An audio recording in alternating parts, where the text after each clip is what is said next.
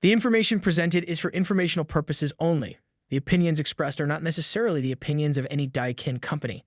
This information should not be confused for accounting, legal, medical, or other professional advice. Please seek advice from a qualified professional for any specific questions.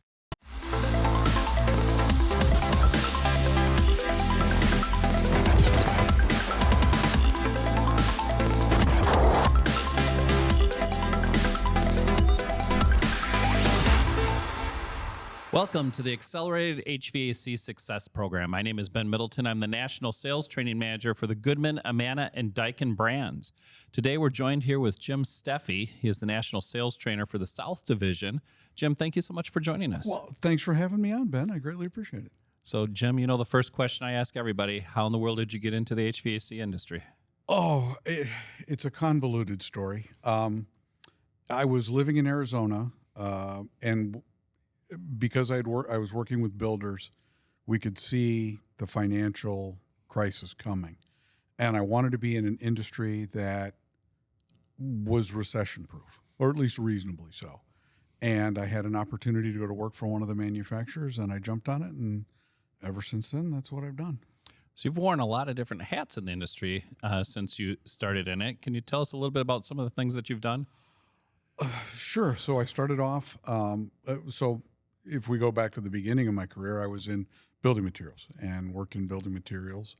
And then I went into flooring, was a territory manager for a very large flooring company. And then I went into HVAC and was a territory manager. And then went to work for one of my dealers as the sales manager.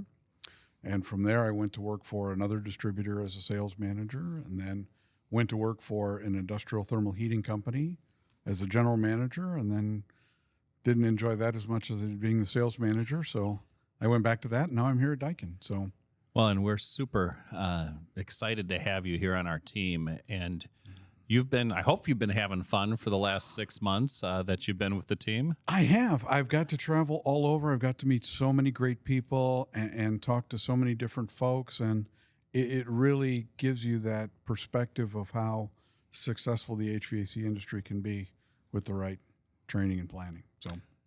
So when you and I first talked, I definitely could sense your passion when it comes to training, and wanted to kind of pick apart, where does that passion stem from? Where does it come from? How did you utilize training in your previous roles that you had? I had a great mentor when I first started off. I was 22 years old. I was running a store for a large chain, and his name is Dennis, and Dennis said, okay, if you're unhappy with the results you're getting from the people you have working for them, what did you do to make them better? And it kind of went back, well, I had them try harder. Okay, so they don't know what they're doing, but they're trying harder. Is that working for you? Not really. He goes, okay, well, why don't you build a training strategy? And I'm like, oh, that makes sense. And we started to look at what it really did is we looked at the analytics. What were they good at? What were they bad at? How do we improve their skill set? What are they lacking? And it just took off from there. And then I went to work for the large building material company. I had 200 people working for me. And you started to look at how much personality traits matter in what jobs they do and how to train effectively. And, you know, when you take over a company that has 26% turnover, you have to do something different quickly because that you're just losing so much productivity, you're losing so much efficiencies, not being well trained that kind of it's guided everything I've done since then. And then when I went to work as a territory manager, I understood that a lot of dealers mean well, but they don't really understand what business they're in. You know, the business that they're in is customer service. Okay, well, let's take a look at what you're doing well in the customer service side. Let's take a look where you could improve.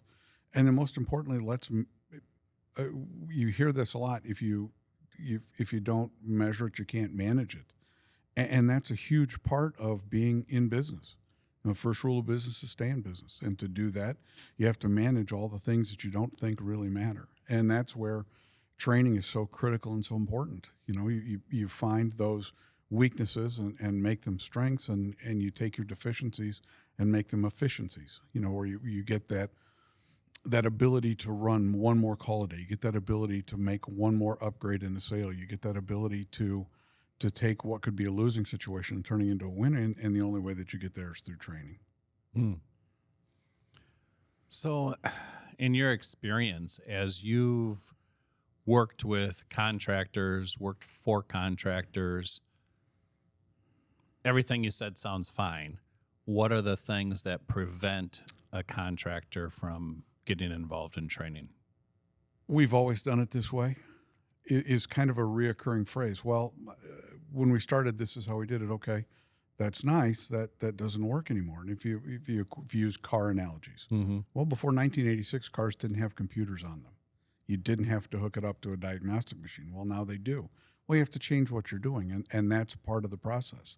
You know, we did the R32 road shows across the country, and this plays into that. Look, there are changes in the industry. What you did before, you know, R22 beer can cold doesn't work anymore. There's more to it, and you have to change and evolve as the times change and evolve. So I get that kind of on the technical side, and I think our industry really does gravitate towards the technical training. What about the business acumen training, the sales training, the customer service training that you talked about? Well, this is where most of the dealers get into trouble, is that they don't understand their business. They don't understand the overhead. They don't understand all of the complexities that go into running a business. Most of them work in their business, not on their business. And that's where it's a struggle for them. You have to show them, look, here are all of your key performance indicators, your KPIs. Here's what you need to be monitoring on a daily, weekly, and monthly basis. You have to look at the strategy that goes into improving all these areas. You know, you can sell 100 jobs, but if you sold 99 of them at a loss, you're out of business. You know, if you don't manage the back end of the business, if you're not watching your costs, if you're not watching your labor rates, if you're not watching, you know, just simple things like ticket average and closing percentage and where you're spending your marketing dollars and the results you're getting, it really compounds and makes that business more of a struggle than it needs to be. But if you have a good, solid foundation to build on, then it's very easy to make those changes. You can look at your P&L, and if you're not looking at your P&L on a weekly or at least a monthly basis, you're behind the eight ball. And how many dealers have you and I talked to over the course of our careers that don't look at them nearly enough? You know, they look at them once a year or every 6 months, and it's difficult for me to watch because that's your problem. You really have no idea what's going on in your business. I think all that's fine and dandy. I think it was Stephen Covey that came up with kind of the 4 quadrants, and he talked about those things that are maybe not important, not urgent. Then you had things that were not important but urgent, and then you had things that were not urgent but important, and then you had important but urgent. It seems to me it's human nature. You definitely work on those things that are important and urgent. You might work on the things that are not important and urgent just because they won't go away. But that important, not urgent category gets overlooked a lot of times. And that's where I kind of see in a lot of people's minds as they're prioritizing, that's where that business training, that sales training, that skills development comes into play. Well, absolutely. You know, when you look at how costs have increased, gas prices have increased, insurance prices have increased, both, you know, insurance on the company and insurance for employees. And we haven't seen the prices change enough to reflect being profitable with those changes. Those are costs to your business, and you have to put that into your bidding process in every aspect of your business that is related to sales or service. You have to account for those costs, and you don't see that enough. And it was interesting. We heard earlier today about being afraid of ripping our customers off. Well, I don't think you're ever ripping a customer off if they're paying for a service. You know, when you look at service-oriented business like HVAC, and you don't have parts on your truck, and you have to stop what you're doing from the repair and go to the parts house and pick up the part and go back out to the shop, you know, that's an hour and a half of work that you're not getting paid for. And you hear things like, well, I charge them a $35 trip charge. Okay, well, you only lost $200 on that particular venture. You have to be prepared for what the day brings. And I think that we need to be more proactive rather than reactive as an industry. The phone rings and it's a crisis, and that's what we focus on this minute, and we lose sight of all the little things that make a profitable company. Hmm. So if you kind of had to give your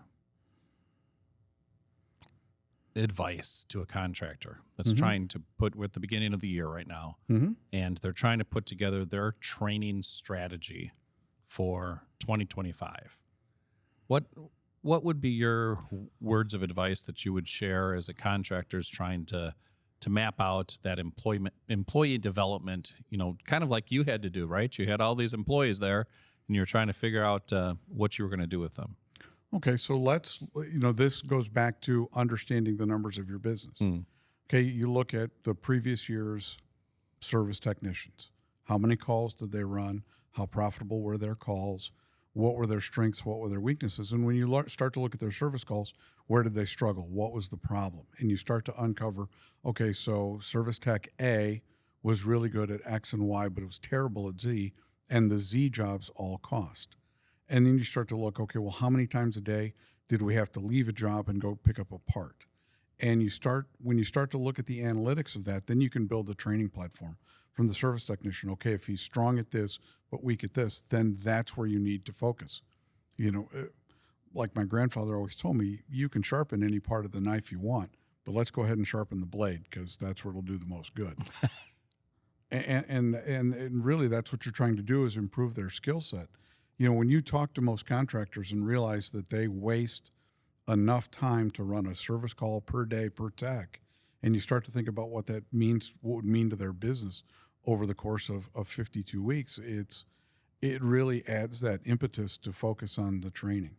And from the sales side, it's simpler. You look at how many sales calls they went on, how many how many jobs they sold, what was their closing percentage, what was their ticket average, how many jobs they financed, what additional products were added on, add-on sales on the tickets, and say, okay, so he sold X, sold Y, didn't sell any Z, didn't really finance any job, and he has a lower ticket average than the other salesperson.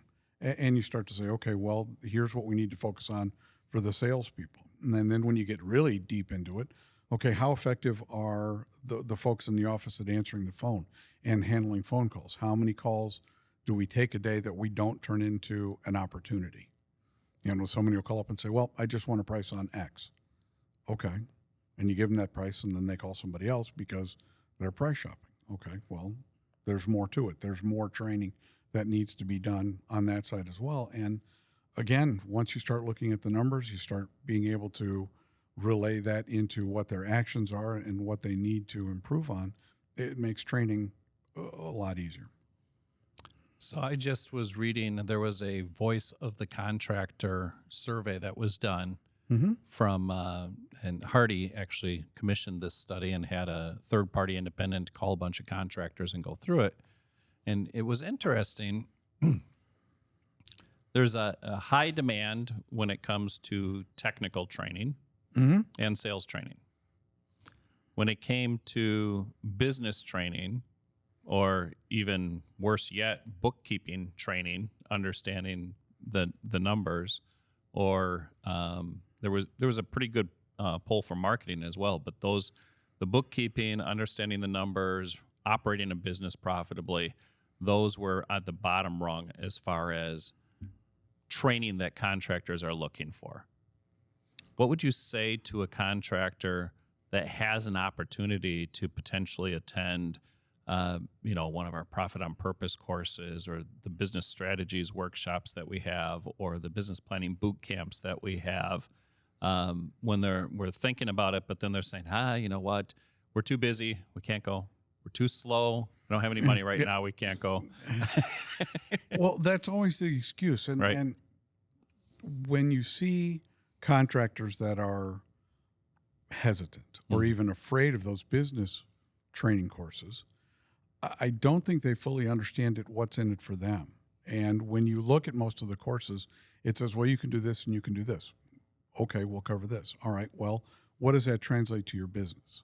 And I think that that's kind of the missing component. When you sit down with a dealer that's reticent to do that type of training, that's where you point out, look, if you get better at this, this is what it means to your company. If you get better at this, this is what it means for your company. If you start managing your KPIs, again, those key performance indicators on a much stronger basis, look at how much stronger your company is. You're managing your costs. You're understanding what your profit per man hour per day is. You're starting to understand exactly what goes into running the business successfully, and what they really need is somebody to help them along the way.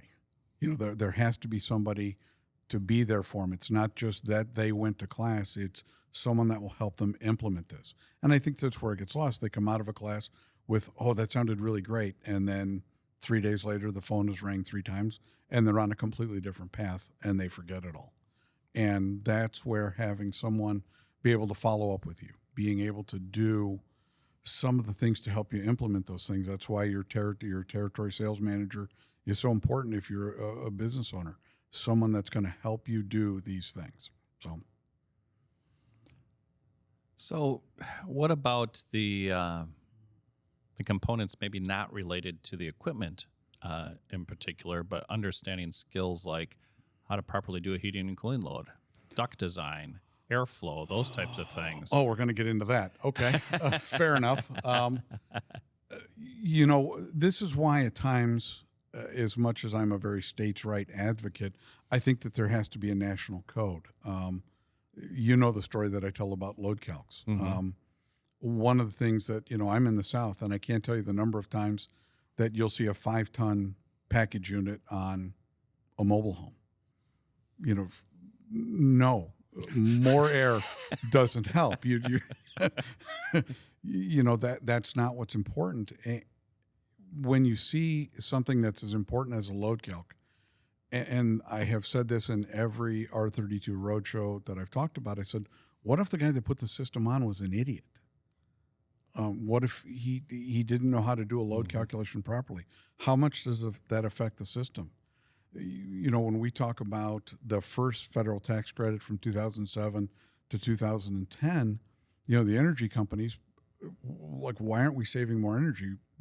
There was a tax credit. You got $1,500 to put a 16-SEER piece of equipment on, but energy usage didn't go down as they thought. Well, okay, if you put a unit on that's too large and it short cycles, it's using more energy. I mean, that's why inverters going forward are so much more important, because they run at low speeds all the time. And when you look at the locking rotor amp draw on a compressor, and you see, wow, it takes just as much energy to start it once as it does to run it for 4 hours. And and then you looked at duct sizing, and you look at all of the things that go into a load calculation. You look at the way, the orientation of the house, and you look at the insulation values to make sure that the air conditioner runs properly. You don't want a unit that short cycles. You don't want a unit that can't provide air across the house. And then when you get into the duct design, that's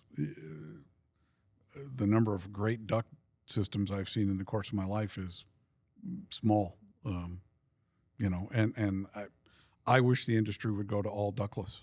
Just put cassette heads in every room and be done with it. Because when you talk about where houses lose energy and where they lose efficiencies, you can relate a lot of it back to ductwork. So there may be some people that are listening to us, talk back and forth here, and they're thinking, yeah, that's all fine and dandy. I get it. But, if I invest in my people, they might leave me. Oh, yeah. Or you don't invest in them and they stay. Right. Which is the flip side of that. How often have we seen in our careers where people have left jobs because there were more opportunities someplace else? Mm-hmm. And what you find is that the places that train more, that train better, that train effectively, you see people gravitate to them. They want to work at places that are going to expand their knowledge. Most people have an inherent desire to be better at their job. And places that don't provide any training, that they become stagnated, and it basically becomes churn in, churn out. You have to train consistently, because look at how many changes we've had just in the last 5 years, and how many more are possibly coming. Do you want to be the company known for having excellent employees because you invest in the training? Or do you want to be the company known that, no, times got a little hard, we cut training? And then we get into the wishful thinking strategy. Well, I'm not going to train them. We're just going to get better this year. Well, those two things are diametrically opposed. No, it reminds me of the story of the two hikers in the woods, and they see a bear, and the one hiker starts running. The other hiker decides to take his hiking boots off and stop and put on his tennis shoes. And the other hiker says, "What are you doing?" He says, "I don't need to outrun the bear. I just need to outrun you." and so when I think of our industry, really in business, the whole entire goal is I just got to be better than the rest of my competitors in the marketplace. And the only way you can do that is by leveling up the expertise of the people that you have on your team. Well, absolutely. In our industry, how many places do we see they recycle techs and recycle salespeople? Well, he worked for me before and he left because company X offered him 15 cents or 25 cents more an hour. And then he comes back. Well, what did he learn while he was over there? Well, they didn't train him either. Now he's back with you. What did you get? If you're not constantly expanding their skill set, if you're not constantly improving your employees, what are you doing? How do you grow your business without growth of your employees? Well, and I think there's some really great things that are in the industry. You've got companies like NCI that will actually certify a technician. And so they can, they get that badge, so to speak.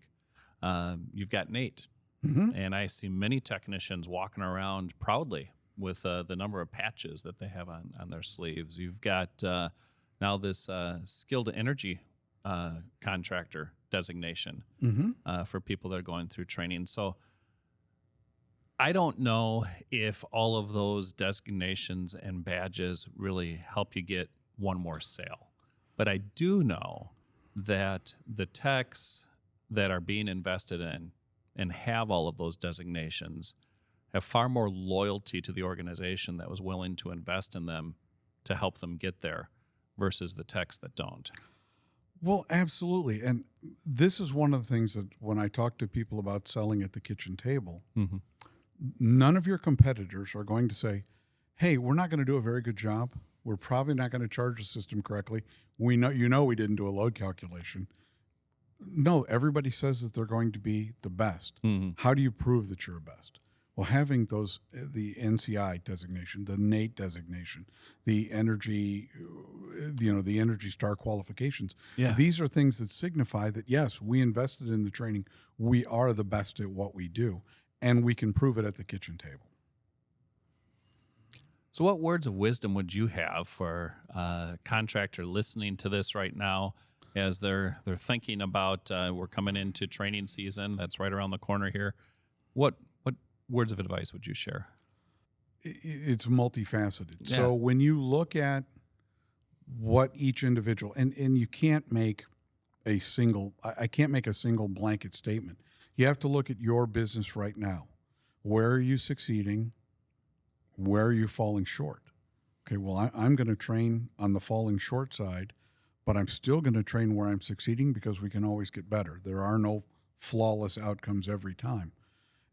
And that's where I'd start. Where does your business need help? If you need help on the technical side, okay, you want to be more efficient where you can get out to the job. You can develop a solid workflow. You can get to repairs faster. You have more parts on your truck. Great. Then that's a good start. But you have to look at your company as a whole. It's not just, it's the sum of all the parts. So if everything isn't operating optimally, then make sure that everything's operating optimally and make sure that the people that need training get it and the people that need to take it to the next level get that as well. You have to focus on what your company needs. Well, one final follow-up question to that I'm going to ask is, what would you say to the owner? Great, they put together a training plan for all of their people. What should they do personally for themselves? So they put together a training plan. Great. And it looks great on paper. How are you going to follow up? What are you going to do to follow up? Now, what are you going to do to improve your skill set? What business plan did you put in place for this year? Do you have a marketing plan for this year? Do you have a business strategy? Are you ready to go? Because you can do all of those great things and you can still have a business that struggles a little bit because it starts with you. You have to be working on the business, not in the business. And it starts with having a solid plan. You've got your training plan together. Great. Do you have your marketing plan? Do you have your profit goals for this year? Do you have your marketing strategy? All the things that are necessary to be a successful business. And that's what I would tell the owners that are watching. Well, Jim, thank you so much for coming here. And for all of you that are out there, if you liked this episode, please go ahead, hit that like button. Also, make sure you hit the follow button so you can be informed of all of the upcoming episodes that we have. Jim, thank you so much for joining us. Ben, thank you, sir.